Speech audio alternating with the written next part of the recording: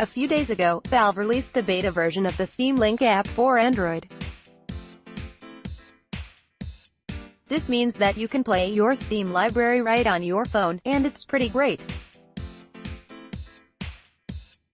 Though it's by no means a new concept, we've seen it before with Sony and Nvidia devices. It doesn't require either a PlayStation or a GeForce graphics card.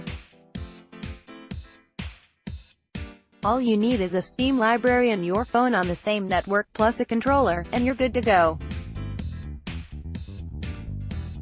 In-home streaming has been around for a while, and even the Steam Link name isn't new, but this is just another way to play your games away from your main machine. With summer coming up, that's not that bad of an idea. Having a powerful gaming PC in an apartment with no AC equals a very hot office, so if I can still play my games but be in a cooler room at the same time, I'm down.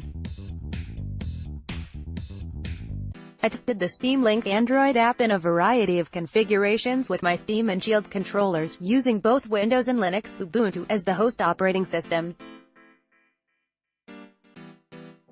If you have a Steam controller, then you'll need to update the firmware to enable Bluetooth.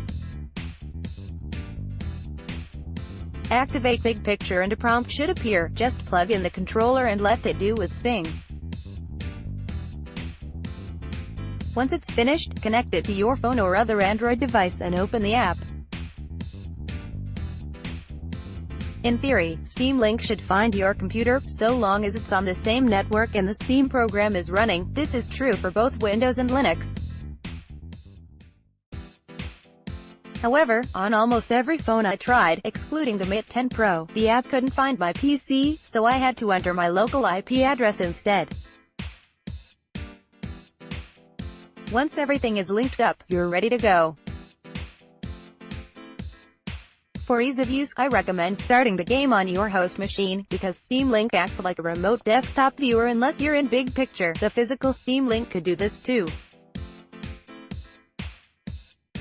If you're familiar with the Steam controller, then you'll know it's not well suited to first-person shooters. As a matter of fact, it can be downright awful in some circumstances. I tested Destiny 2, Overwatch, and Doom 2016, and while playable, I was not too thrilled with how it handled them. Granted, I don't play shooters with a controller, but no matter how I tweaked the settings, I had a hard time. So if you're planning to play FPS games primarily, then I'd suggest something different like a Moga Pro or something similar. Since this isn't a review of the Steam controller, let's move on. Latency overall was surprisingly minimal. I tried playing in different areas of my apartment and didn't notice any difference. But for every game one tested, I started off by sitting at my desk with my Pixel 2 XL on a phone stand under my main monitor. Side by side, I couldn't see any input lag or other noticeable signs of latency between the two displays. If you're using an 18:9 phone, you'll notice that you'll have black boxes on either side of the game window. It's understandable, but definitely noticeable. Your mileage may vary on what resolution and frame rate you can get, but if you're having trouble, try lowering the graphics settings. If your network isn't strong, then you'll struggle a lot here. For those of you who don't know, you can add non-Steam games to your library. This is especially good for people like me who play titles that use other platforms like Battle.net or Origin, which is how I was able to try out Overwatch and Destiny 2 with this app. And for the sake of completeness, I also tested connecting to my home network via VPN. I used my Verizon connection and tried to load up Steam Link, but it didn't go so well. Most of the time, I was left with a black screen that acted like a remote desktop, even if Steam was running in Big Picture on my host PC. It loaded up on a couple of occasions, but the latency was so high that the couple of games I got to try were unplayable. So, unfortunately, this is not a reliable method by which you can stream your Steam library to a client machine outside of your home network. Shield TV, Steam Link vs Nvidia Game Stream. One of the first things many thought of when this was announced was throwing it on an Android TV box and getting the couch gaming experience. Those of you who don't have a Shield TV, this must have been great news indeed. For those of us that do have Nvidia's Android TV box, Steam Link doesn't seem to offer much that we don't already have, if you're a part of the Nvidia GPU family, that is. Currently, Shield TV owners can use GameStream, which streams a game from the host PC to the Shield exactly like Steam Link does. However, there are certain optimized titles, some 300 of them last I checked, but that can't even cover the scope of the PC game library. You can set Steam as a game stream option, which then allows you to play any of your Steam games on your Shield. So, in light of this, Link feels a bit redundant on Nvidia's platform, but I went ahead and gave it a shot anyway. Let's first talk about ease of use. Nvidia requires that you have the GeForce Experience program installed on your Windows PC. This program reads your installed games for optimized versions, which you can then see over on your Shield. Select one, let it start up, and get to playing, assuming you have a Shield controller or whatnot. All in all, it's a fantastic experience with options for an on-screen keyboard and streaming, recording. Steam Link works on Windows, Mac, and Linux, and since I spend 99% of my time in Ubuntu, Valve's solution, for me, already starts to win out for streaming to my living room TV. I can still use my Shield controller, which is fantastic since it's much better for first-person shooters.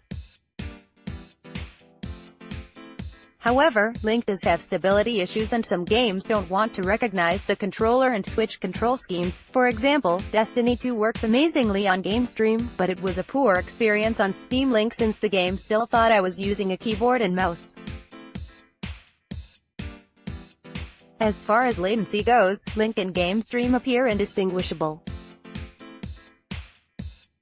I strongly prefer the convenience and user-friendliness of GameStream's UI, but at the same time, I like the flexibility of Steam Link more. If forced to choose, though, I'd probably take Nvidia's solution at this point in time. It doesn't crash or encounter nearly as many problems as Link did. Chromebooks. For this scenario, I tested Steam Link with the Acer Chromebook Spin 11, review coming soon, which is all I have at my disposal currently. Unlike the phone and Shield TV experience, this wasn't pleasant. Linking to my PC was just like I had to do with my phones, but I was either confined to the small Android app container window or a very glitchy large one that ultimately crashed each time I attempted to use it. Since Android apps on Chromebooks are still kind of hit or miss, I can't honestly say that I'm too surprised. Valve did point out when I launched Steam Link on the Spin 11 that my device had not been verified to work, so at least there's a warning beforehand. Corbin also tried this out on his Asus Chromebook Flip C302, a much beefier computer, but his results were relatively inconsistent since both his C302 and gaming PC were on a wireless mesh network. Perhaps Valve will see the value in this use case and improve support in the final release. Conclusion: for a beta, I'm extremely impressed. On my phones, I only encountered a couple of crashes and a couple of embarrassingly bad games of Overwatch. The only major disappointment was Chromebook performance, or lack thereof, but I cannot honestly say that I'm surprised by that. Considering that this is a free service and only requires that you purchase a controller to connect to your phone, if you don't already have one, Steam Link is a winner in my book. It doesn't matter whether you have an AMD or Nvidia GPU, as long as you have the raw horsepower and network strength, you're golden. Even being able to stream my Linux games to my Shield TV is amazing since I'm rarely ever in a Windows these days.